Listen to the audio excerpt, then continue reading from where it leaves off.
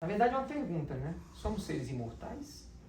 Porque muitas vezes a gente não acredita muito nisso, mas a gente vai explorar isso daqui a pouco. Deixa eu me apresentar primeiro, meu nome é Roberto Barbosa. Para mim é uma alegria, depois de 2 anos, estar voltando aqui. A gente faz um trabalho já há um bom tempo. A gente já vem trabalhando nos Estados Unidos há quase 5 anos. Começamos aqui em 2017. E essa região da Flórida na verdade foi no sul da Flórida que a gente começou, aqui nos Estados Unidos e no Wisconsin, que é um estado que tem ao norte. Então, desde que a gente faz esse trabalho, não só das cirurgias, né, que eu já faço há 26 anos, junto com o Dr. Fritz, a gente também tem esse trabalho de palestras que eu particularmente adoro fazer. E eu adoro fazer esse trabalho de palestra porque é uma hora que eu vou me doar. Às vezes a gente fica no trabalho mediúnico, né? Quando a gente está no trabalho mediúnico, a gente está sempre naquela postura de passividade, porque o médium, quanto mais passivo, melhor médium ele consegue ser. Então, para que deixe o espírito trabalhar. Então, isso é o que acontece nas cirurgias. Então, quem faz a cirurgia é o Dr. Fritz, não sou eu. Então, às vezes termina a cirurgia, eu começo a arrumar a maca, começo a fazer. O pessoal, Roberto, vai descansar, que tu tá cansado. Eu falei, tô não. Tô não, que eu ainda não fiz nada, na verdade, que eu estava ali paradinho enquanto o Dr. Fritz, né, estava ali passivo enquanto o Dr. Fritz estava trabalhando. E é por isso que eu gosto tanto dessas palestras, desses momentos de interação com o público, porque é um momento que eu vou dar o que vem de mim, que é resultado desses 26 anos de estudo, de dedicação, de esforço que a gente tem, que eu tenho, né, para poder dividir isso com vocês. Então me usem no bom sentido. Me explorem no melhor sentido. Né? É porque assim, ó, eu não acredito, é estranho, né? Eu vou começar uma palestra e falar, eu não acredito em palestra. Eu acredito que, porque assim, a função da palestra é informar. Mas eu prefiro quando a palestra transforma. Então, informar é bom, mas transformar é melhor. E é impossível você se sentir transformado ou ser tocado a uma transformação se a palestra não tocar em você. Então a gente vai tocar hoje em assuntos bem chatos. A gente vai tocar em assuntos difíceis de tratar. Todo mundo que está aqui, sem exceção, já perdeu alguém que ama. Né? Então, todo mundo que está aqui, de alguma forma, vai ser tocado por esse tema. Porque a gente precisa fazer uma reflexão muito, muito profunda em relação à vida, em relação à morte, em relação à nossa compreensão dessa imortalidade, que a gente vive ouvindo isso. Né? Eu sou espírita, e então eu estudei muito isso, essa parte da imortalidade. E é bom a gente mergulhar profundamente nisso, porque é incrível como as pessoas, na teoria, entendem a imortalidade. Mas como é difícil aplicar na prática. Como é difícil você aceitar que alguém que desencarnou continua vivo. Você até acredita que isso vai acontecer com você, mas aquelas pessoas que você ama, você queria perto. Nós ainda temos um pouco dessa possessividade.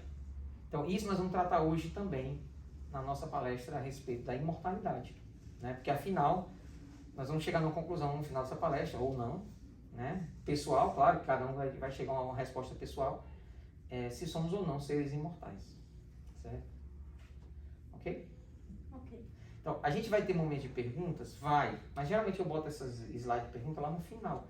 Eu prefiro que vocês façam pergunta a hora que vocês quiserem. Surgiu dúvida sobre o tema, levanta a mão. E aí eu aponto e a pessoa faz pergunta. Tudo bem assim? Quanto mais vocês participarem, mais conduzida por vocês a palestra vai ser. E eu acho que é muito mais rico, já que vocês são público. Concorda comigo? Então vamos fazer assim. Quando vocês tiverem dúvida, vocês levantam a mão. Tá bom? Vamos lá. Bom, sim, antes da gente começar, eu gostaria de sugerir a vocês que a gente fizesse uma oração. Pode ser? Tudo bem? Tudo bem? Ok. Então vamos fazer a nossa oração. Como estamos no centro ecumênico, né, um local holístico onde recebe pessoas de diversas religiões e formas religiosas diferentes, que eu acho isso maravilhoso. Queria ter mais isso no mundo, né? Mas tudo bem. E aí, a gente vai fazer então uma oração bem mais ecumênica, porque a nossa visão de Deus ou da espiritualidade muitas vezes é muito particular. Né? Mas para os espíritos, religião pouco importa. O que importa para a espiritualidade é o amor, é a caridade, é essa conexão com Deus através do pensamento do amor, da caridade, da bondade. Né? Então, essa conexão que eu queria que você fizesse com Deus agora. Tá? É muito mais fácil quando você medita, quando a oração é uma forma também de meditação, quando você medita para conversar com Deus, você fechar os olhos, porque nessa hora você para de ver o que é material e se concentra naquilo que realmente importa, que é a sua alma. Então põe tua atenção na tua alma, tá? E faz essa alma entrar em contato com Deus, agora nessa oração. Ok? Ok? Convido todos a fecharem os olhos, elevarem o pensamento a Jesus, elevarem o pensamento a Deus, elevarem o pensamento a Buda, elevarem o pensamento a Maomé, elevarem o pensamento ao universo, ao Criador. E a Ele, nesse instante, vamos pedir as suas inspirações. Porque todos que falam de amor, falam em nome de Deus. Todos que trouxeram para a Terra a benesse do conhecimento, da prática e do amor, e deram, além desse conhecimento, o seu próprio exemplo, muitas vezes a sua própria vida, para defender a prática do amor, merecem nosso respeito, nossa admiração e a nossa evocação. Pedimos que esses irmãos estejam, estando conosco aqui presentes ou não, que pelo menos os seus enviados possam estar aqui conosco, para fortalecer em nós a nossa fé, a nossa busca por espiritualidade, o nosso eixo que leva em direção a Deus. E isso só é possível através do amor colocado em prática. Os grandes líderes religiosos do mundo e aqueles que inspiraram tantas pessoas a criar novas religiões foram um exemplo de prática de amor, prática de perdão, prática de bondade. E é por isso, amigos, que nesse instante busquemos em cada um de nós, nessa mesma oração, nessa mesma conexão, o que temos de melhor. Porque precisaremos do melhor para encarar a reencarnação que estamos. Precisaremos do melhor para fugir do medo institucionalizado por essa doença atual. Precisaremos sermos melhores para nos preparar melhor para algo inevitável, que é o desencarne. Estamos prontos para esse momento? Que Deus, na sua infinita bondade e amor, possa nos abençoar, nos guardar e nos guiar. E a cada passo, lembrando que a responsabilidade por esses passos pertence a cada um de nós.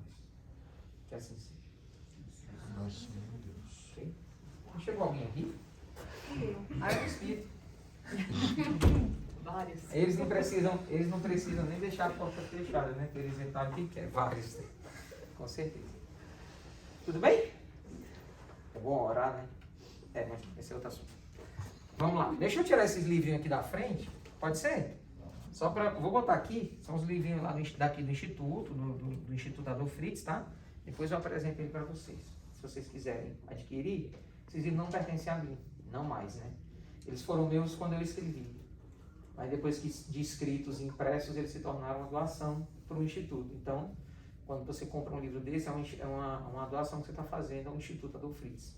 Tá? Então, se você quiser comprar um desses livros, aí depois a gente faz algum autógrafo, alguma coisa, eu faço com todo carinho. Tá bom?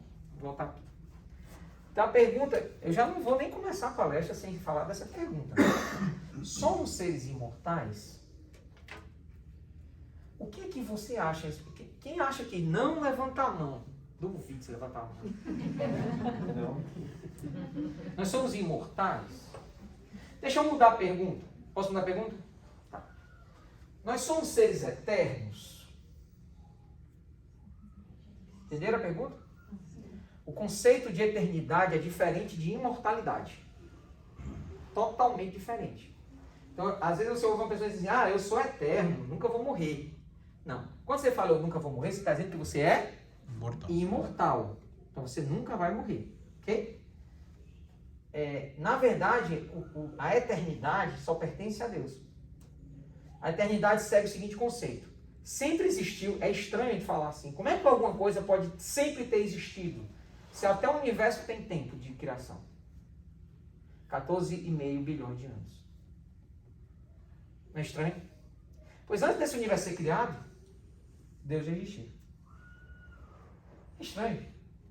É muito difícil você explicar mecânica quântica para uma barata, não é? Imagina você explicar como é que o elétron salta de uma camada para outra, para um inseto. É possível explicar? É tão difícil para a gente entender Deus. Eu entendo que é difícil mesmo. A gente mesmo não entende. Os espíritos da codificação de Kardec, até eles não conseguiram explicar, assim, explicaram, né? Mas o que sabiam. Oi. Boa noite. Boa noite, seja bem-vindo. Encarnado, todo mundo encarnado? Seja bem-vindo, viu? Encarnado mesmo? É. Só para ter certeza. Todos são bem-vindos, né? Encarnados e desencarnados, mas só para ter certeza. E aí, por que uma palestra espírita tem que ser chata? É o padrão. Não pode quebrar esse padrão, pode não? Pode. É melhor? Já pensou? Pois é. Então vamos repensar isso também. Então vamos lá. O que é imortalidade? É não morrer.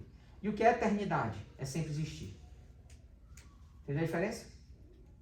Se você pode até falar, daqui para frente eu vou sempre existir. Isso você pode falar.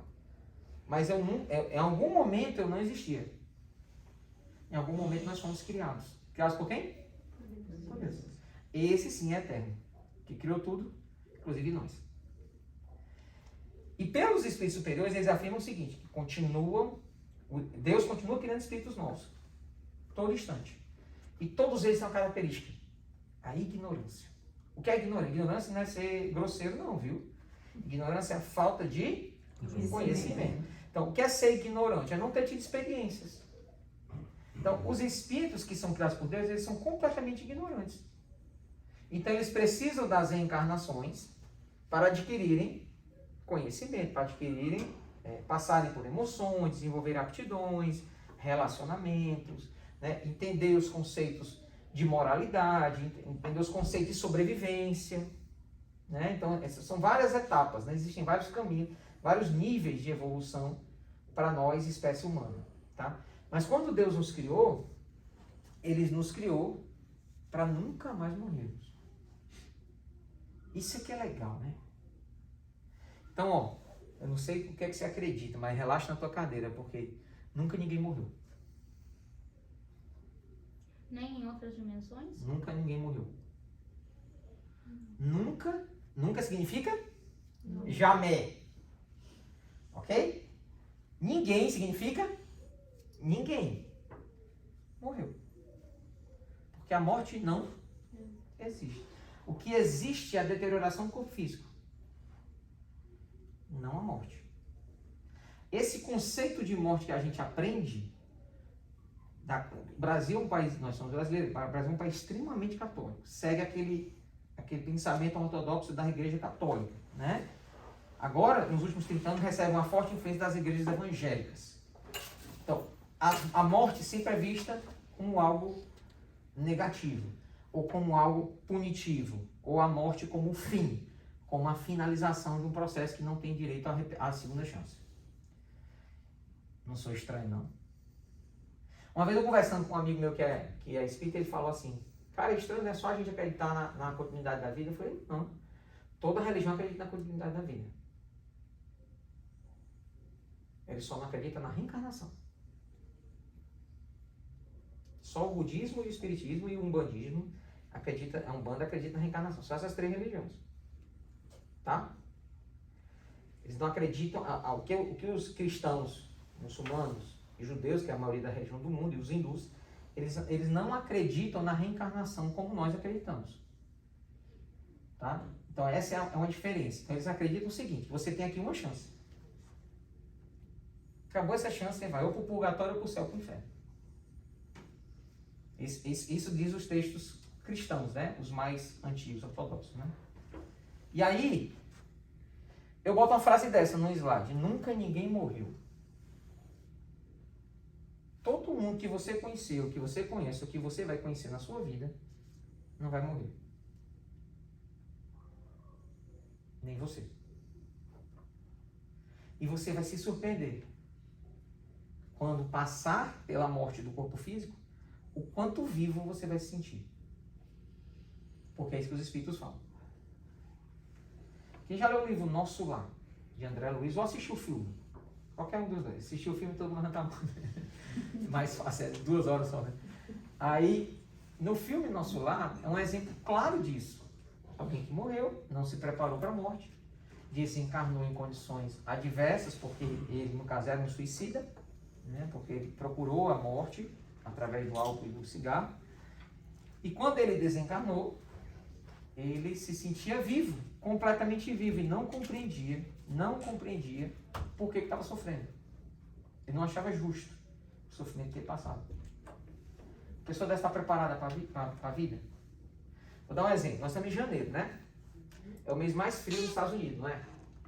Sim ou não? Eu não é. Tá. Era para ser. Mas está sendo, viu? Se vocês forem agora lá no norte, está tudo branquinho.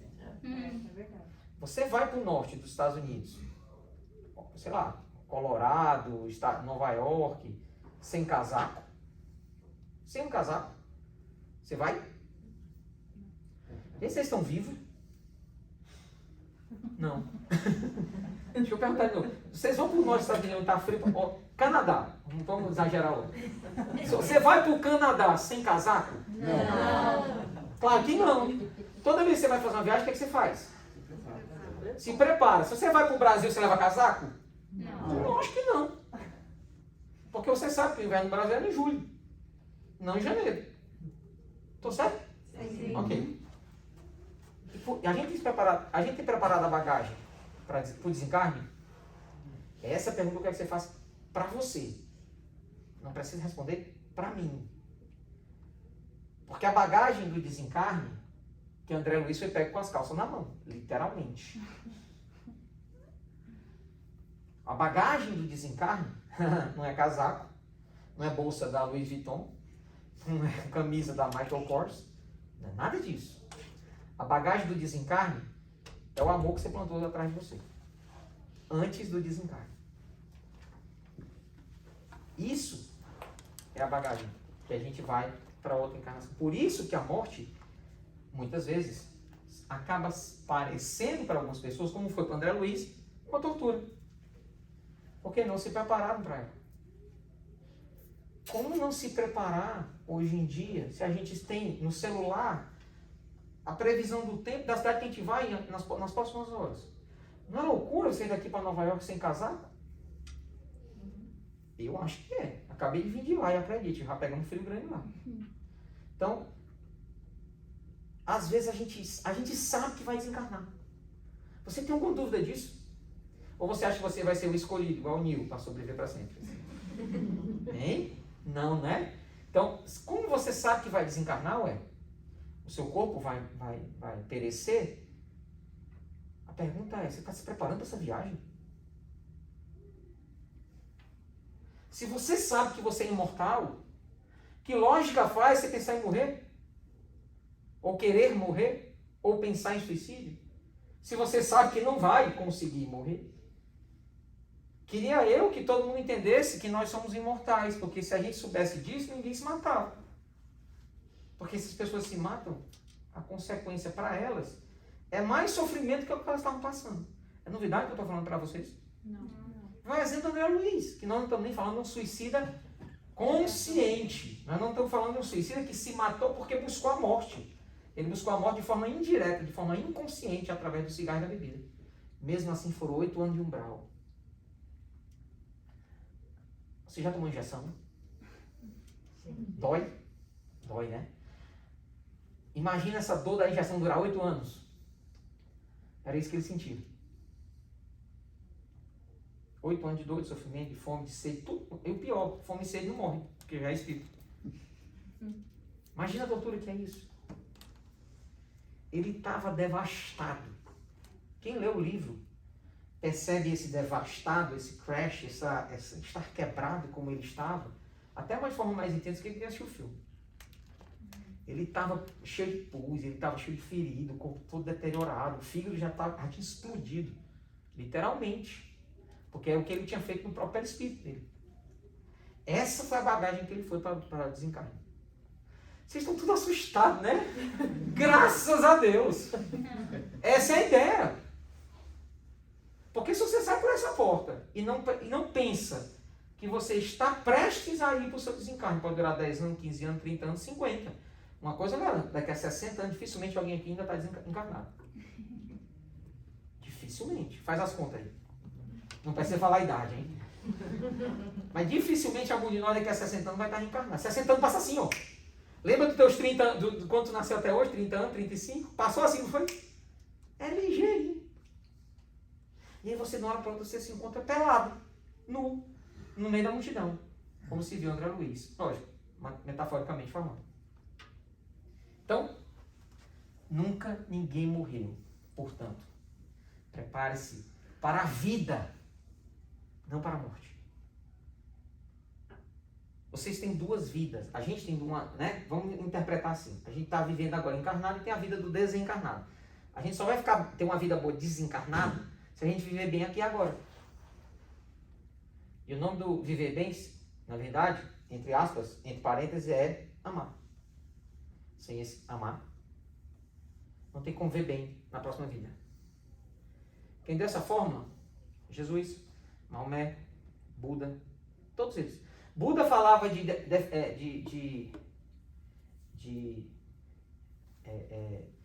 revidar o mal com o bem antes do Cristo. Porque Buda é anterior a Jesus. Buda é 600 anos, acho. 500, 600, não sei. Me corrijam. 500, 600? Mais ou menos, né? Anterior ao Cristo. Gente, olha no Google. Né? Então, Buda, que é anterior a Jesus, já falava coisas lindas do perdão. Ele dizia assim, ó, ele usava muito a natureza para falar, né? Jesus usava muitas metáforas.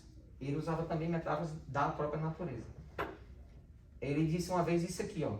Uma pessoa disse assim, uma pessoa me feriu, uma pessoa me tratou mal, Buda. Siddhartha, né, que é o nome dele. O que é que eu faço? Ele disse assim, seja igual ao machado. Perdão, seja igual ao carvalho. O carvalho é uma planta que perfuma o machado que o golpeia. É o sândalo. Hã? Sândalo. Sândalo. É sândalo a planta? Não, é outra. Se você souber, você diz, então. É minha esposa, viu, gente? Desculpa, mãe. Ela tem autoridade e tal. Ela está autorizada a me interromper sempre que eu falo alguma coisa. Eu estou aqui, viu, amor?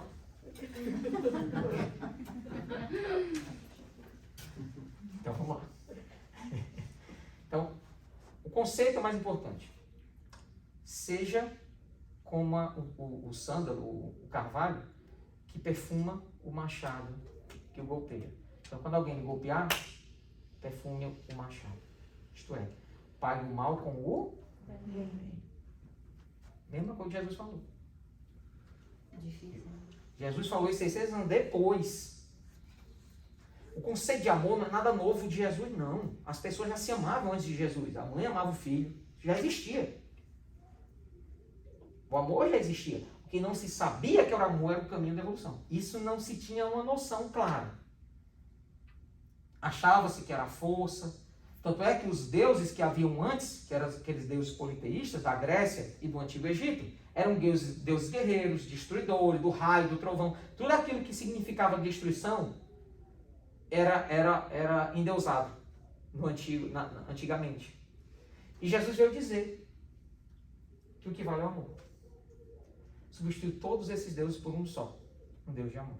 Mas é um Deus também de justiça, como Moisés o fez claramente antes do próprio Cristo, 1500 anos antes, quando Moisés veio nos trazer o conceito de justiça divina, que nós não entendíamos. Que a lei de causa e efeito, a lei italiana, todas aquelas coisas que continuam valendo, viu? Não, Roberto, a lei italiana foi revogada. Aí foi. Quando a gente erra aqui, na próxima encarnação a gente não paga, é assim? É? Tô perguntando. Não, paga nessa, paga na outra, paga... Paga, meu amigo, em qualquer momento, porque vamos entender agora o conceito de vida, adorei o que você falou. Paga nessa, paga na outra, paga nessa, paga na outra, o quê? Encarnação. Porque a nossa vida é uma só. Os católicos afirmam isso e eles têm razão. Nossa vida é uma só. Dentro dessa vida única, nós temos várias o quê? Encarnações. Então, a nossa vida única, que é milenar, sei lá quantos mil anos a gente está vivo aí, não sei quanto foi que Deus criou nós, mas nesse conceito dessa vida milenar, nós temos vários processos encarnatórios. Então, mas a vida é uma só. Então, o mal que eu fiz nessa vida, que é uma só, em algum momento, se eu não reparar ele com amor, ele vai vir como dor. Dor e sofrimento. Lei Talião.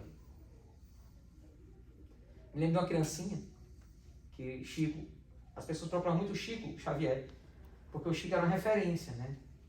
Ainda é, né? De bondade, caridade, amor. E uma vez uma mãe muito desesperada procurou o Chico para explicar um caso de uma criança, filha dele, o filho dessa moça, dessa senhora. Chico, meu filho nasceu sem as duas pernas. Totalmente sem as pernas. Aqui, ó, o quadril, só nasceu até o quadril. E quando ele nasceu, nossa, que tristeza, né? Uma criança que só tem um tronco e os membros superiores e a cabeça.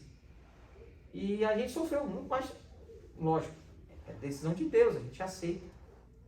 Aí meu filho, quando estava mais ou menos com 1 ano, esse mesmo filho, ele teve um problema de saúde e teve que ser internado. Pneumonia, não sei. E o enfermeiro tentou colocar uma veia, pegar a veia no braço dele, e não conseguiu, deu um problema, né? Aí ele tentou no outro também, não conseguiu. As enfermeiras fizeram isso, né? Ok. A criança pegou uma infecção nos braços, teve que ter os 2 braços amputados. 1 ano de idade, a criança só tinha um tronco e a cabeça. Aí Chico é uma pessoa sensível, extremamente comovido com a história da mãe, e falou assim, meu anjo, se eu queria dizer, uma coisa eu posso lhe garantir, a justiça de Deus se fez, porque não há injustiça de Deus. Mas eu não sei lhe explicar o que aconteceu. Para isso eu preciso perguntar aos meus guias. Aí foi a Mano se aproximou e começou a explicar para a mãe o que tinha acontecido. Aquele espírito que estava ali naquela criança já tinha desencarnado as últimas 7 encarnações. 7. Através do suicídio. Aquela maneira ali foi uma maneira que Deus achou para que ele não consiga mais.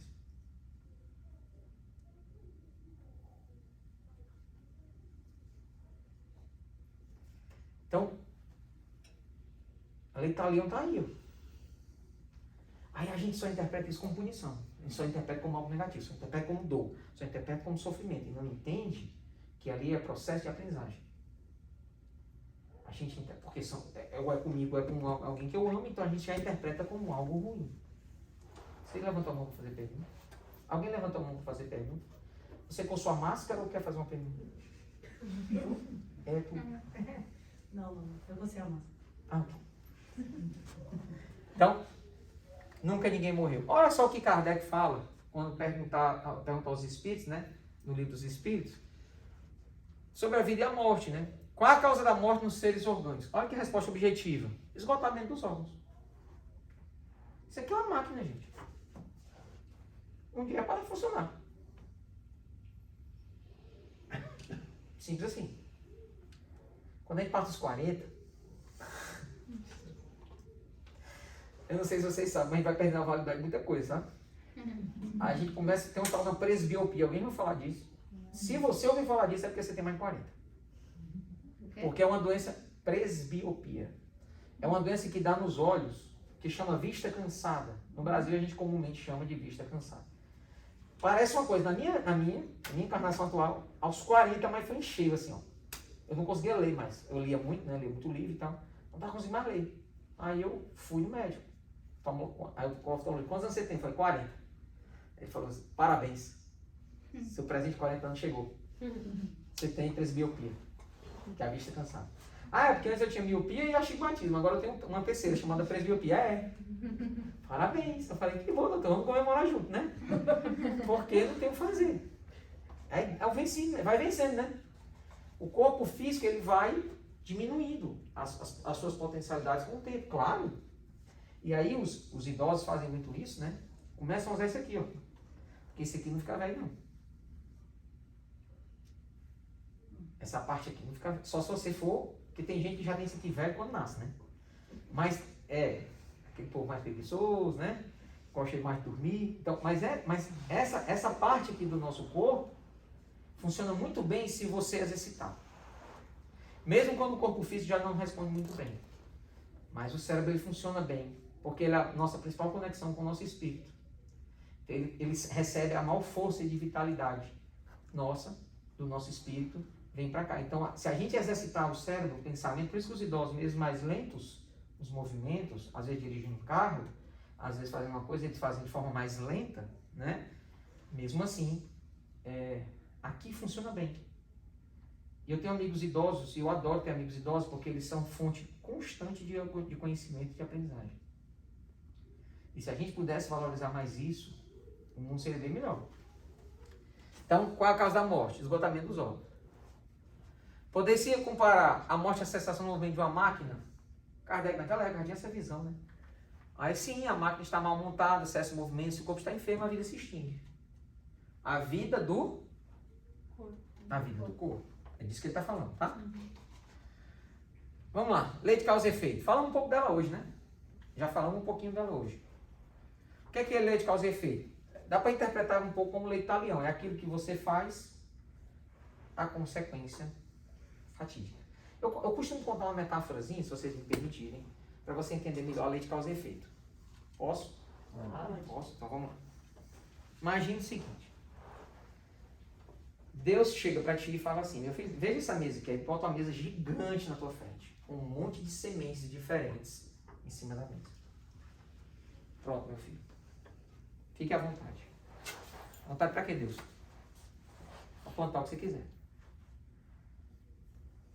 Não sei. Eu pensei em plantar feijão, mas... milho. Eu gosto de milho. Aí Deus pergunta assim, você tem certeza que é milho? Eu falo, sim, quero. Mas lembre-se, meu filho, Deus fala de novo. Um dia plantado milho, você só poderá colher Milho. É lógico ou não é? É. Okay. Ah, não, eu quero milho, agora eu tenho certeza. Tá bom. Aí, eu não sei se vocês sabem, mas no Ceará planta milho também. Eu vou explicar como é que funciona a plantação de milho. Plantação de milho é assim, você pega a semente, põe no chão. Isso de manhã, às 8 da manhã, você botar no chão. De tarde o pezinho tá desse tamanho aqui, ó. Viu? Aí você só precisa de uma noite só. No dia seguinte o pé já tá dessa altura e já tem 3 ou 4 espigas saindo assim, ó. Aí você vai lá e faz mungunzá, tapioca. Não é assim não? Não. Não é desse jeito não aqui? Não. Não? O do sol aqui não é bom não, então. Peraí. Vocês estão querendo me dizer que na hora que você bota o milho no chão, você tem que esperar nascer? Isso leva tempo? É? Demora dias, né? Mais. Demora meses. Mas um dia a planta cresce, não cresce? Pois é. Só que eu plantei milho e eu queria logo comer milho. Isso me dá uma agonia. Esse negócio não cresce. E quando cresceu, a espinha é tão miudinha no começo.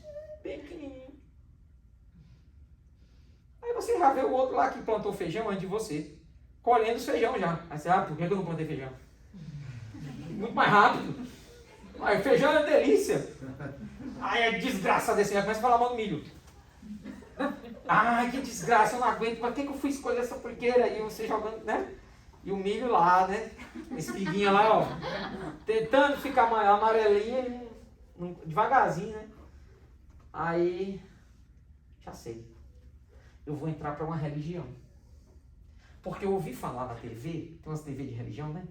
Eu ouvi falar na TV que se eu rezar com fé e der muito dinheiro para essa religião, tudo que eu quero na minha vida acontece. Aí eu vou rezar para o meu milho virar feijão.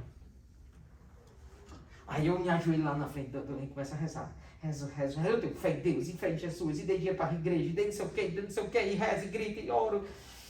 E é claro que o milho se transforma em feijão, não é? Não. Porque a natureza não permite acordos. Concorda? Isso chama lei de causa. O que Deus fez, na verdade, foi o seguinte. Filho, tá vendo essa mesa? Tá vendo essa semente toda? Essa chama amor. Essa chama perdão. Essa chama respeito. Essa aqui chama honestidade. Mas tem outras assim que são sementes meio tortas. Ódio, rancor. E ele pergunta pra gente, qual você quer plantar?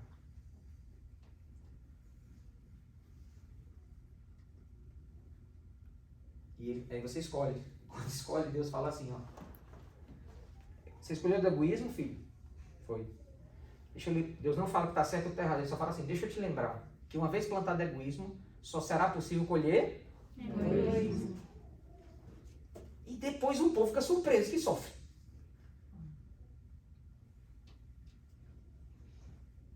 E adianta entrar em religião para mudar o egoísmo e transformar ele em amor?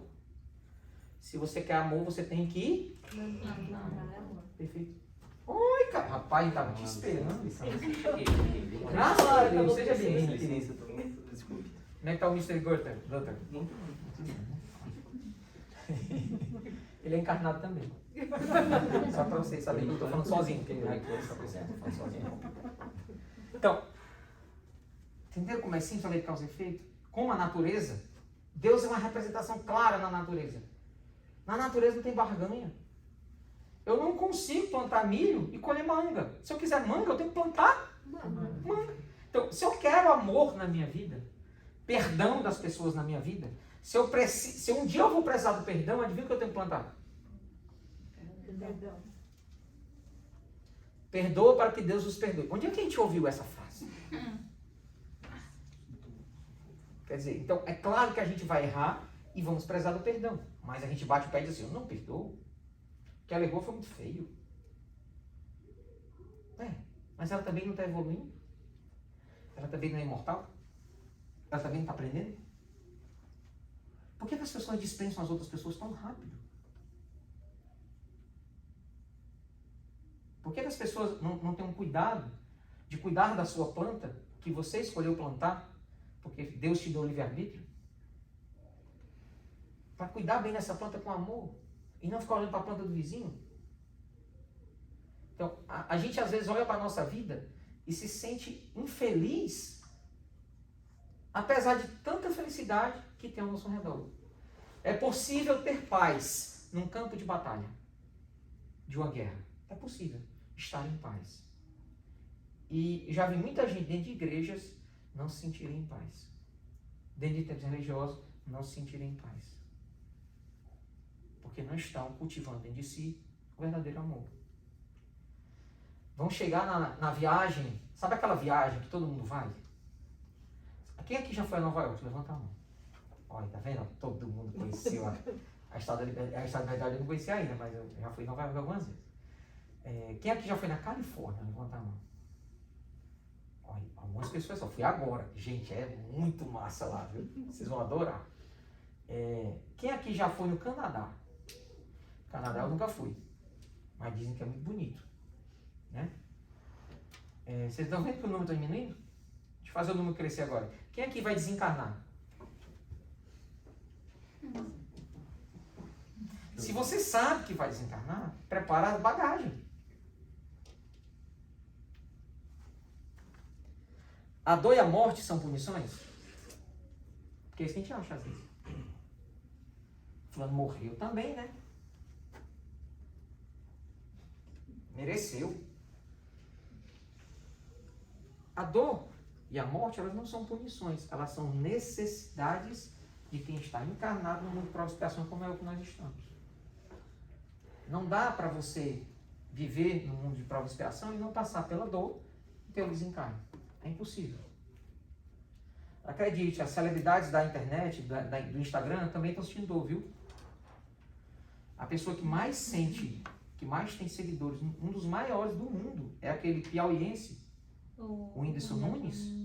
Ele se declarou com depressão, usuário de droga, e ele está absolutamente perdido na vida. E quantos outros exemplos a gente tem, né, de celebridade, pessoas assim, que aparentemente tem tudo, mas não tem, às vezes, muita coisa dentro de si.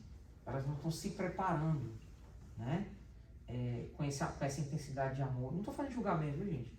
Estou usando ele como exemplo porque ele declarou há poucos dias atrás que era usuário de drogas. Ele não precisava disso, ele tem avião particular. Ele não precisava da droga. Mas é como se a mente da pessoa não colaborasse, ou ela não tentasse usar essa mente para colaborar com a evolução dela. Que é essa a proposta da palestra. A proposta da palestra aqui, ó, assim, ó, eu vou ser muito sério com vocês. A minha única preocupação em relação ao desencarne é o meu próprio desencarne. O de vocês, a responsabilidade é de vocês. Ok? E o que eu mais quero, ao final dessa palestra, é poder dizer assim, que vocês tenham uma boa morte. Muito obrigado. E que vocês não cheguem do lado de lá usando o exemplo anterior, né? Como chegou André Luiz. Você acha que Saulo de Tarso, se tivesse morrido, ao invés de ficar cego, estava no bom lugar? Vou repetir a pergunta. Saulo de Tarso foi perseguidor dos cristãos. Era um centurião romano que matava os cristãos, perseguia os seguidores de Jesus. Matou vários. Esse cara, chamado Saulo de Tarso, um dia ficou cego. Jesus apareceu para ele, a caminho de Damasco, e ele ficou cego. Essa revelação, aí ele foi curado por um médico de cura chamado Ananias. O médico de cura curou ele. Tá? Depois a gente fala desse assunto. Aí o Ananias curou ele. Aí Saulo se converteu então a ser cristão. Ele deixou de ser perseguidor para se tornar divulgador da doutrina. Essa mudança foi tão radical na vida dele que ele mudou até de nome. Ele deixou de se chamar Saulo para se chamar Paulo. Pronto. Se ao invés de Paulo ter Paulo de Tarso, Saulo de Tarso, tivesse ficado cego, tivesse morrido, ele tinha ido para um bom lugar? Não. Claro que não. Então a reforma que ele fez na vida dele, qualquer um de nós pode fazer. Mas a gente acha que não. Ah não, nunca vou ser um Chico Xavier. Não é isso que eu estou pedindo. Tudo bem, vai você ser melhor do que você já foi. Que é o que Saulo fez. Ele foi melhor do que o que ele era antes. Claro que a mudança dele é muito gritante. Né? De uma pessoa perseguidora para uma pessoa divulgadora do cristianismo. Paulo foi o maior divulgador do cristianismo. Mais do que Pedro, que foi apóstolo do Cristo, viveu lá dele durante 3 anos. Saulo não teve nada disso. E foi o maior divulgador da doutrina de Jesus. Dor e morte são punições? Não. Claro que não. A dor, o doutor fez falar essa frase, eu adoro, eu vou repetir sempre. Dor na necessidade reencarnatória. O sofrimento é uma escolha. Você pode passar pela dor sem escolher sofrer. Pegou o conceito? Vou repetir. A dor é uma necessidade. O sofrimento é uma escolha. Isto é, passar pela dor é fato. Todo mundo passa. Ok? Não dá para mudar essa questão. Agora, o que é que eu vou fazer dessa dor? Como eu vou interpretar essa dor? Por exemplo, teve uma mãe lá em Fortaleza, que ela nasceu uma criança anencéfala. Anencéfala é uma criança que não tem cérebro. Certo? E a medicina permite, no Código de Ética Médica, extinguir a vida de uma criança numa situação dessa. Inclusive, eles fazem aborto. É uma das condições que a justiça brasileira permite o aborto. Aí essa mãe cearense disse, não vou abortar minha filha. A criança nasceu. Os médicos falaram, vai viver só alguns dias. Ela vai viver horas, doutor, mas ela vai viver nos meus braços. Quem é mãe sabe o que eu estou falando. A criança durou 5 anos. A criança reagia quando a mãe chegava perto. Ela não tem cérebro. Quando a mãe chegava perto, a criança sorria. Pegaram o caso dessa criança e criaram uma fundação no Brasil. Ó Saulo Vieira do Tarso. Fundação no Brasil para ajudar mães com crianças anencéfalas. Porque numa época, o vírus da Zika no Brasil, eu falo vírus, o pessoal se treme, né? Porque já estava no jeito que... O vírus da Zika no Brasil, que também é transmitido pelo mesmo mosquito da dengue, ele também gerava isso. O Zika e da chikungunya, esses dois. Eles geravam essa anencefalia em algumas crianças. Né? E criaram nessa época uma instituição para dar um papo psicológico para as mães. Para incentivar a maternidade até nesses casos. Porque quem somos nós para definir o que é vida? Quanto tempo é uma vida completa? Me dê um número. 5 anos não é uma vida? Se você soubesse hoje que você tinha mais 5 anos, você não ia viver não? Ah, só tem 5. Ah, então eu não quero viver mais não. Faz algum sentido. Eu ia brigar para ser 5 anos e um dia.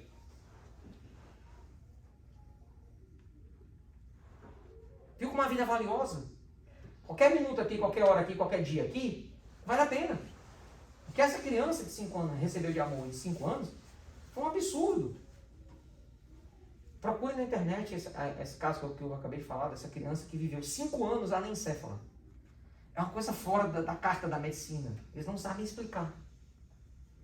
Ela não tem nem cérebro. Gente, ela não tem cérebro. Tem noção? A pessoa não tem cérebro. Então, Roberto, e por que você acha que essa criança viveu todo esse tempo? cara, para nos O ensinar, que você acha que a espiritualidade...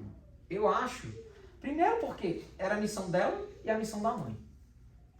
Começa aí, né? A origem está lá, né? É a missão do espírito, ele precisava desse tempo aqui, finalizar uma missão, alguma coisa assim. Acontece muito isso em abortos espontâneos.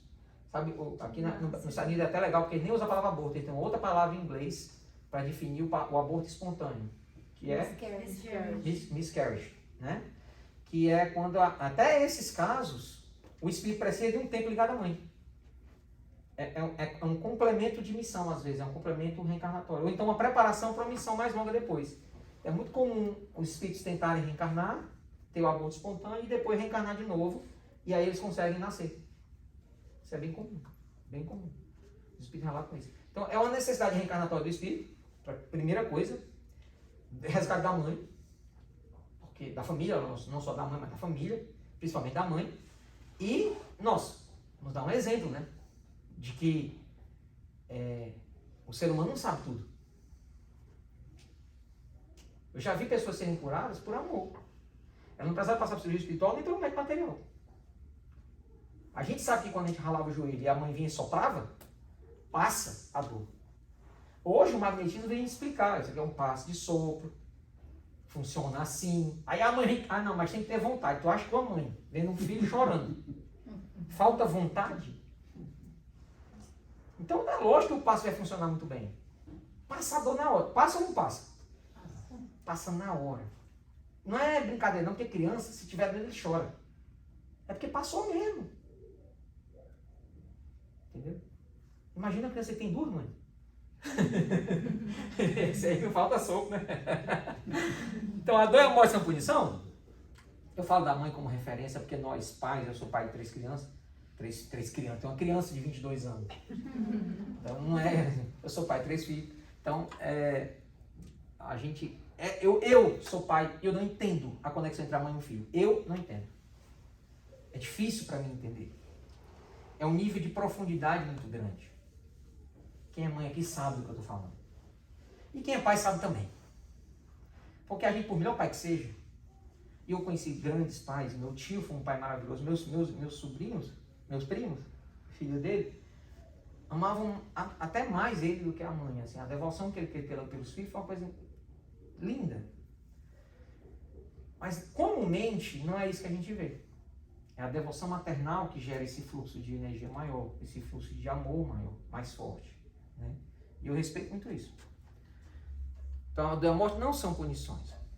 Falar de um garoto de 3 anos, vou contar um exemplo para poder mostrar que isso aqui não é. Para explicar isso aqui, eu vou contar esse exemplo, ok?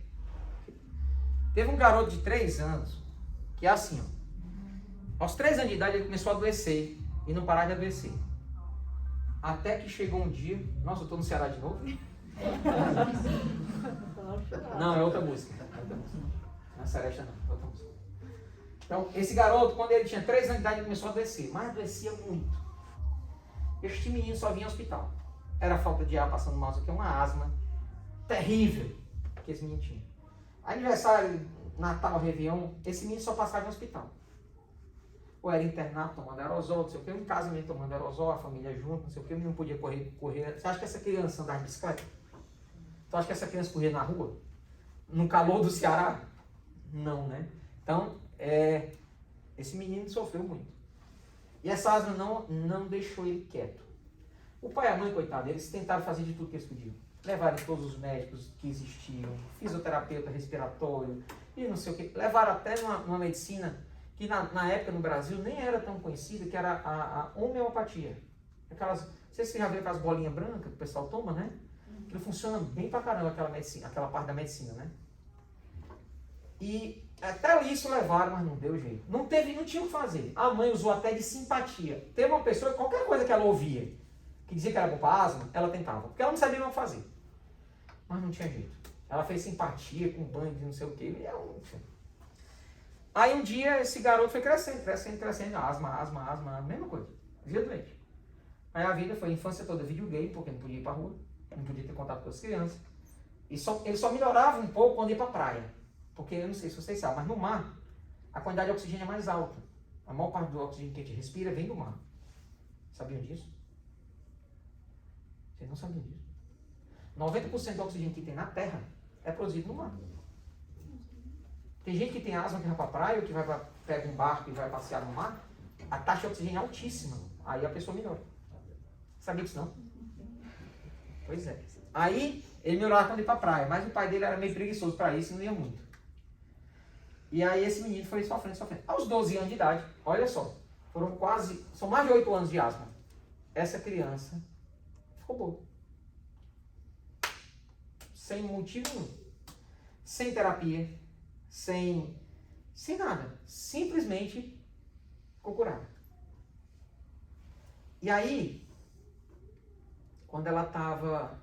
Aí, aos 12 anos, é que ela começou a andar de bicicleta, correr na rua, jogar futebol. Aí já não sabia mais, as pernas eram duras, né? Aí foi vivendo. Quando ela chegou aos 22, 23 anos de idade, essa criança passou por um processo muito difícil na vida dele. E ele teve que fazer uma terapia. E essa terapeuta era uma terapeuta espírita. E essa terapeuta espírita sugeriu a ele fazer uma regressão de memória. Regressão de memória é terapia de vidas passadas. Já ouviram falar disso? Aí ele fez, ele topou fazer. Ele disse que a primeira cena que ele viu na terapia foi ele sentado num birô de madeira enorme, assim, ó, dentro de uma sala muito chique, birô muito chique, uma cadeira muito confortável, e aquele dedão, assim, com aquele charutão assim no meio dos dedos, vindo na direção da boca dele, fumando.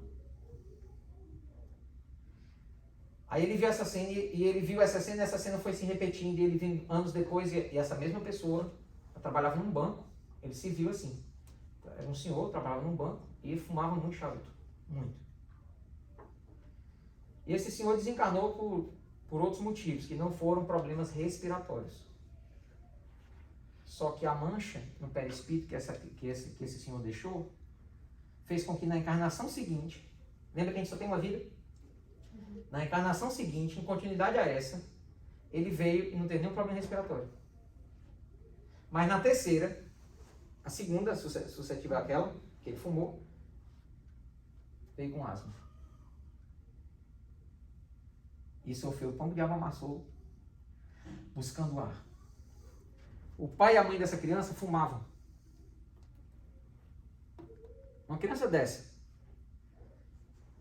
você acha que uma criança dessa tem motivação de fumar? Você acha? O que você acha? Tem. Noites e noites acordado, tentando puxar o ar. Alguém já teve asma aqui? Mãozinha no joelho, corpo para frente tentando respirar. Noites e noites seguidas. Acredite, não é confortável não. E como os pais fumavam, que moral os pais tinham para dizer não fume? Hein? Tô sorrindo agora. Qual moral que ele tinha? Então, essa criança fui eu.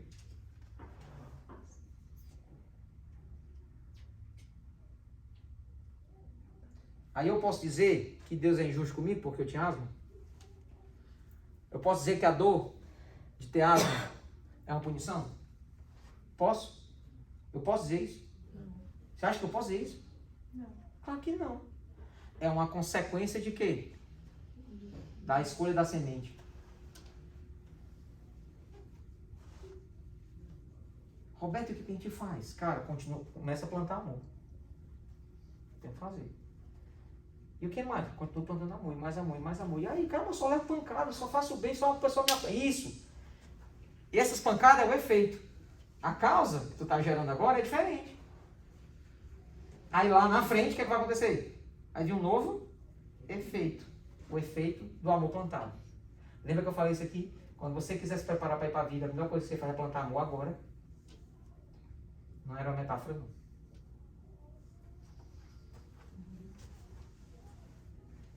Então, isso aqui, Bezerra de Menezes tem uma frase que resume essa questão. Diz assim, ó, que nós tenhamos humildade, acho que é humildade, deixa eu lembrar. Não, que nós tenhamos força, olha só, que nós tenhamos força para suportar as provas que nós mesmos causamos para nós. Que a gente tenha a força de suportar as provas que a gente mesmo cria para nós.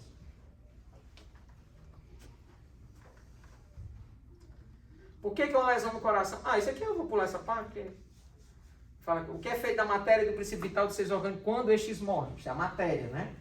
Aí ele responde, a matéria inerte se decompõe e vai formar novos organismos. O princípio vital volta à massa de onde saiu. O princípio vital é uma energia que está no corpo assim que desencarna. Hoje a gente chama essa energia de duplo etérico. Tá? Kardec definiu a gente como corpo, perispírito e espírito. Ok? Já ouviram essa definição? O espírito é não material. Então ninguém vê espírito, a gente vê o perispírito. O espírito ele é não material. O perispírito é um corpo semimaterial, por isso que a gente consegue ver, que reveste o espírito para dar a ele forma, né, aqui da terra, para poder, caso precise reencarnar, ele já tem uma forma humana. Deu para entender? E tem por último, que é o nosso caso, da maioria que estamos aqui, o dele, eu tenho certeza, nós estamos reencarnados. Então nós temos um terceiro corpo, que é o corpo físico. Na verdade não são só 3, são 7 divisões.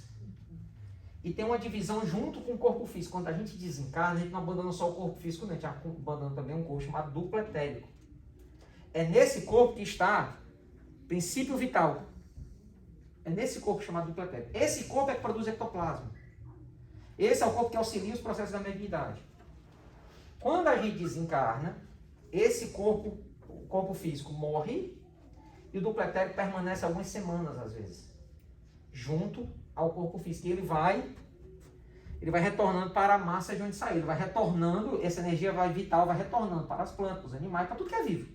Porque é um princípio vital. Entendeu? Ok.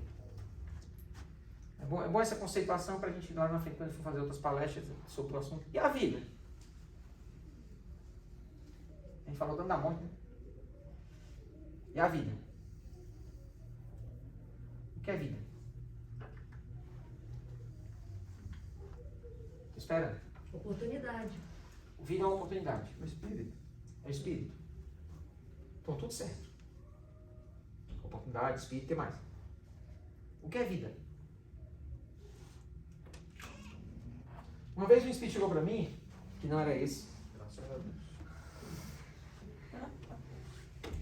Uma vez um espírito, adorei seu tênis. Não, obrigado.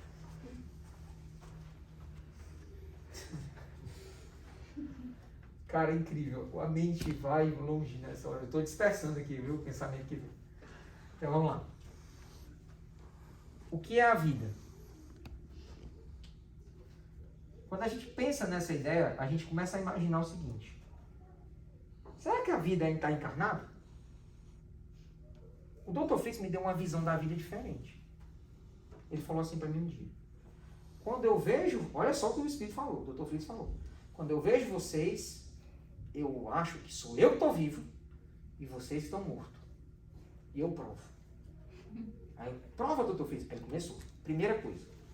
Olha como vocês são incapazes. Um terço da vida de vocês tem que dormir. Nós, espíritos, estamos ligados 24 horas por dia. Então, até que o conceito, para o espírito, trabalhador como o Dr. Fritz, o conceito de ontem, hoje e amanhã não faz sentido. Porque ontem, hoje e amanhã tem a ver, não é com a hora, tem a ver nem com a data. Tem a ver com o dormir. Porque quando a gente acorda do sono, a gente, opa, cheguei no amanhã, no dia seguinte. Então, ele perde essa noção quando ele passa a viver 24 horas por dia sem parar. Então, ele chama de ontem no passado. Carolina, quando ele disse ontem, ele falou algo 2 anos atrás. Ele diz ontem. Sim. Presente é igual ao nosso momento presente. E futuro, pode ser daqui a 10 dias, pode ser daqui a 100 anos. Carolina, no futuro ele conta isso aí. Pode ser que só seja daqui a 3 encarnações. Ninguém sabe. Né? Então, por isso que eu preciso passar esses filtros antes para poder explicar as coisas que ele falou. Primeira coisa, como vocês são mal feitos? Vocês fedem. Olha só o que ele falou. Fedem tanto que se não tomar banho todo dia, ninguém suporta vocês. Se não escovar o dente, não tem quem aguente mau hálito de vocês. Vocês têm bactéria em todo lugar. Né? Então, tudo de vocês tem a ver com o cheiro. A comida. Tanto é que a gente não come quando não consegue sentir o cheiro da comida. Ou então o paladar muda completamente porque não consegue sentir o cheiro. Então, isso não é tudo. Vocês não andam, vocês se arrastam. Ele tem razão. Os espíritos volitam. A gente fica preso na matéria. Né? Então, ele começou a falar um monte de coisa. Quando ele disse assim, vocês parecem zumbis, indo trabalhar, volta para de casa, liga a televisão, vai dormir. Agora, no outro dia... Então, ele diz, vocês parecem um zumbi programado e vocês pouco têm ou quase nada têm interação com Deus. Quando eu olho para vocês, olha, palavras do Dr. Fritz, quando eu olho para vocês, eu tenho a sensação que eu estou vivo e vocês estão mortos. Mortos presos ao corpo.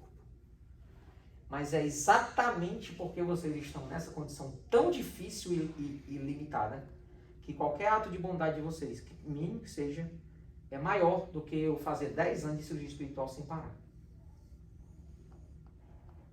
Porque muito será dado, muito será cobrado, quem muito foi dado. Então, como os espíritos têm uma visão mais ampla, mais real, mais, né, da vida real, como a vida o mérito para eles é muito menor quando eles acertam. Já o nosso, ó, isso é uma coisa boa, né? Então, estar na vida, eu vou chamar a vida de estar encarnado. Estar encarnado é uma oportunidade incrível de evoluir. Vocês vão dar salto quântico, a gente, né? A gente vai dar salto quântico de evolução se a gente fizer as coisas direito. Mas salto quântico. Não é negocinho de evoluir um pouquinho, não.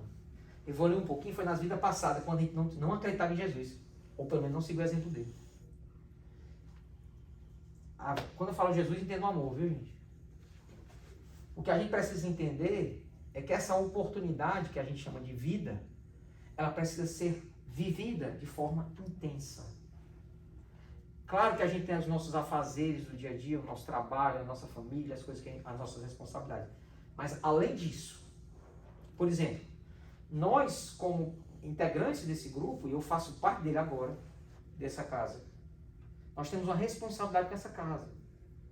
Eu falei isso numa casa que está lá em Boston, eu vou repetir aqui. Um frequentador de uma casa espírita, que não participa, que só vem assistir palestra e vai embora, ele não tá com compromisso com a casa.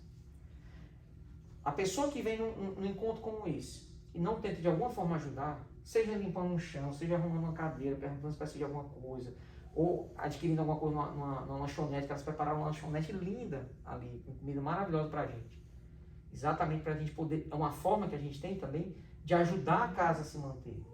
Né? Então, se a gente não tiver em nós esse compromisso, né, a casa vai ser sempre aquela casa que a gente vai lá quando a gente não está bem, mas em que momento a gente também vai doar da gente para aqueles que não estão? Então, é necessária essa interação. A gente tem que entender que evolução não é uma via de mão única. Não é só dar, não é só receber. São as duas coisas. A gente tem que ter humildade para pedir ajuda e servidão para servir também, para ajudar os outros. Então, isso é algo importante. Então, o que é viver? É saber que você é um espírito. Você é um espírito momentaneamente, provisoriamente, no corpo encarnado. Se você conseguir internacionalizar isso que eu acabei de falar, você vai ter uma vida plena e absoluta. Então, presta atenção, vou repetir. Você é um espírito, você não é um corpo. Você é um espírito que habita um corpo. Ok? Então, se você habita um corpo, você tem que cuidar do corpo. Quando o pneu do carro de vocês fura, você joga o carro fora? É assim? Não. Não. Vocês vão lá e trocam o pneu. Então, se alguma coisa não está bem em você, vai no médico. Vai no Dr. Fritz. Cuide do seu corpo. Não deixe de cuidar, não. Mas cuide da coisa mais importante, que é o motorista. Isto é, seu espírito. Cuide do seu espírito. Porque isso é muito mais valioso do que a sua matéria. Repito, sua matéria vai perecer. Isso é imutável. Nada muda esse fato. É o único fato da certeza de alguém que nasce é que um dia ela vai morrer. Viver vale a pena? Sim, muito. Depende. Sempre vale, claro. É só fazer um charme. Sempre vale a pena, mas às vezes é bem doloroso. às vezes, por exemplo, descobrir isso que eu estou falando aqui, lá na espiritualidade é muito doloroso, viu? Veja o pobre André Luiz, que ele sofreu para poder perceber que era um espírito. Nossa, ele sofreu muito. Ele era materialista, um médico. Dizem até que ele era uma boa pessoa, viu? Ele ajudava um monte de gente. Fazia caridade. Sério, ele era uma pessoa boa. Ele atendeu mais de 2.000 pessoas de graça, como médico. Não é uma pessoa boa, não? É. Mas não era bom para ele.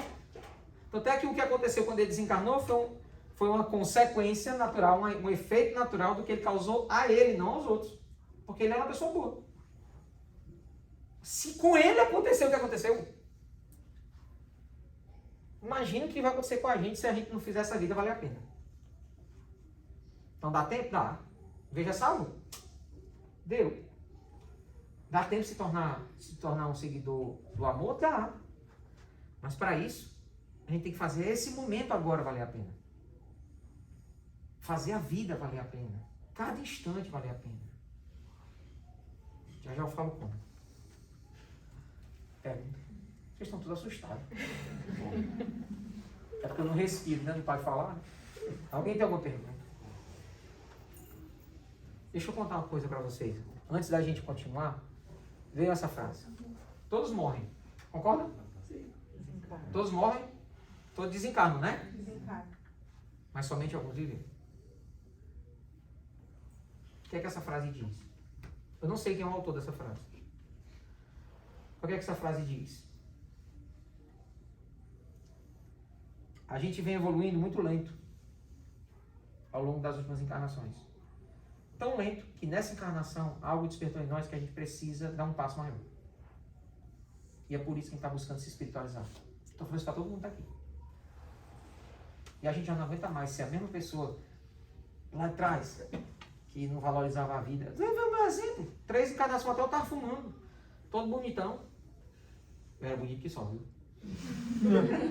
Eu ainda sou, mas eu era mais. Eu era mais. E aí hoje eu estou aqui, ó, me esforçando, ó, suando a camisa para propagar sementes do amor. Né? É claro que o pagamento desse esforço não vem agora. Nem eu quero que venha. Porque eu já sou tão feliz. Mas tu não tem dor, Roberto? Ah, direto. Mas tu é feliz demais. Ué, não entendo. Pois é. Eu sigo Jesus. Agora eu vou falar Jesus mesmo. Jesus falou uma frase pouca gente entendeu. Que é a resposta para essa pergunta aqui, ó. Viver vale a pena? Fale. E a resposta é se você se amar. Estranho, né? Pois é, algumas pessoas acham que essa resposta é uma resposta egoísta. É não. Ó. Jesus, qual é o maior mandamento da lei? Perguntaram isso aí um dia. E ele, para não desfazer o que Moisés tinha dito, disse assim, ó, o maior mandamento de todos é amar a Deus acima de todas as coisas. E aí ele segue um segundo, que é semelhante ao primeiro, que diz assim, amar ao próximo como a ti mesmo. Presta atenção no final da frase. Amar ao próximo. Amar ao próximo. Então, amar-se de acordo com Jesus é pressuposto. Se você não se ama, como é que você vai conseguir distribuir amor? Se você não tem semente, você vai plantar o quê?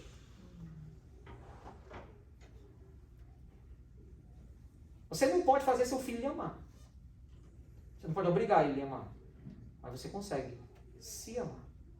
Você não tem controle se o mundo vai lhe amar. Mas você tem controle se você vai amar você mesmo. Isso nós temos controle. Isso é possível fazer. E acredite, amigos, quando você faz isso, acontece algo divino. Quando você se preenche de amor próprio, quando você está totalmente preenchido, você começa a transbordar, igual um poço de petróleo. Jorrando amor para todo lado. Só precisava achar a veia do negócio. E não para mais de jorrar. Aí vai se fazer valer aquilo que o Cristo falou. Amar a Deus em todas as coisas e distribuir o amor ao próximo quem está perto. Distribuir o amor ao próximo como você amou a você. Isto é, você se encheu de amor e agora não tem mais jeito. Você só dá uma árvore de amor. Aí uma semente que virou árvore, gera um monte de fruto. Quantos frutos tem cada semente? Quantas sementes tem cada fruto? Não tem mais, não dá mais para contar. Entendeu? O que é amor próprio? Amor próprio é a única forma que você tem de amar realmente o seu próximo. Se você não tem amor próprio, você não se ama. Vou colocar uma situação aqui hipotética, que nunca acontece com ninguém. Quando você não se ama, você começa a ser possessivo. Como eu disse, é uma situação hipotética. Nunca ninguém aqui teve isso. E aí o que acontece? Você começa a achar que o outro é seu. O outro é seu. O seu filho é seu filho. Pertence a você. Ele não é do mundo não, né? Ele é teu. Ele é teu. O teu marido é teu. A tua casa é tua. A tua saúde é tua. Tudo é teu. Entendeu? Por quê? Porque tu tem medo. A posse vem do medo. O ciúme vem do medo. Por que a pessoa tem ciúme do outro? Ainda lhe chama de amor. Ah, eu amo fulano, porque eu tenho ciúme dela. Não, meu filho. Você tem. Ciúme é uma característica negativa. Ciúme é uma falha moral. Se você tem ciúme é porque você não ama, é o contrário. Você tem posse. E aí você tem medo de perder. Aí você acha que a pessoa é sua. E aí qualquer coisa que ela faça que não seja do jeito que você quer, você reage como ciúme. E ainda chama de amor. Tem gente que chama entregar a cesta básica com a televisão e os helicópteros filmando de caridade. Você pode chamar o que você quiser, mas aí você está onde sua caridade? Ó, eu fiz o bem aqui, ó, fulano, na frente de 1.000 pessoas, ó, ajeitei a casa dela aqui, tá aqui a chave, todo mundo. Tá aí o pagamento. Como é que isso é caridade? Então, se você não entender rápido que orgulho, vaidade, inveja, ciúme são coisas negativas que você precisa abolir da sua vida, na verdade não tirando, mas substituindo elas por amor, as suas relações sempre vão ser infrutíferas. Presta atenção. Quer ver uma relação que é fácil de ver o amor? Mãe e filho. As mães que são mães, elas anotam o dia e a hora que elas ficaram acordadas durante a sua vida. As noites que os filhos ficaram com febre. Elas anotam? Não. Entendeu? Elas não querem nada em troca. Elas não querem nem mesmo reconhecimento. Tem mãe, coitada, que nem respeitem dos filhos. E mesmo assim elas continuam amando. O amor é não querer nada em troca. Isso é amor. Alguns casais que eu conheço são assim. Marido e mulher. Isso é de verdade. Total. Porque o amor é liberdade. Se eu amo, eu confio e liberto. Mas o amor mais importante não é pelo outro. Por si. Só que é muito difícil fazer isso. É? É não. É fácil. Quando você entende que Deus lhe criou como uma parte dele. Você é parte de Deus. O amor está na gente de forma natural. Ele está na gente, ele é tão fácil quanto respirar. Então, e tão necessário ao mesmo tempo quanto respirar. O amor é uma necessidade nossa. A gente se utiliza do amor como ferramenta de ajudar aqueles que amamos a evoluir e a nós mesmos. Nós somos seres imortais, sim.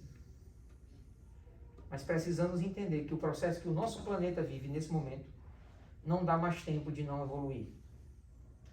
A gente, em encarnações anteriores, a gente conseguia evoluir um pouquinho toda a vida. Por isso que a vida sempre vale a pena. Sempre. Você tem razão. Sempre vale a pena. Mas nesse atual instante, nesse planeta, que nós estamos passando de prosperação para o mundo de regeneração, a coisa está apertando. Nós vamos ter uma pandemia por ano? Ou 5?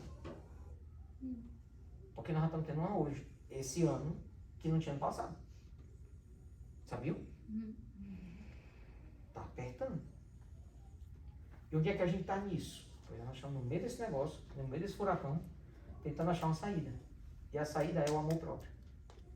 A saída é plantar amor em nós. Porque se você plantar em você, você pode cuidar. Acredite, meu amigo, quando você estiver preenchido de amor, você não vai conseguir se segurar. Você vai sair distribuindo esse amor para todo lado. na forma de gentileza, na forma de perdão, na forma de carinho, na forma de atenção, na forma, às vezes, até mesmo de um abraço. Simples abraço. Ou de uma brincadeira. Mas é impossível você controlar isso. Não é mais possível você segurar isso dentro de você, porque você é amor. Quando eu falo essas coisas, agora você começa a entender como era Chico Xavier. Chico Xavier era escravo das pessoas. Ele era escravo das multidões. Ele não parava. Ele descia do carro a 15 metros do local que ele ia sentar para psicografar. Essa peregrinação demorava quase 2 horas. Porque ele falava com todas as pessoas que falavam com ele. Então, sejam amor. E aí sabe uma coisa que vocês nunca mais vão se preocupar? Com a morte. Porque vocês são amor. Desejo uma ótima morte para vocês.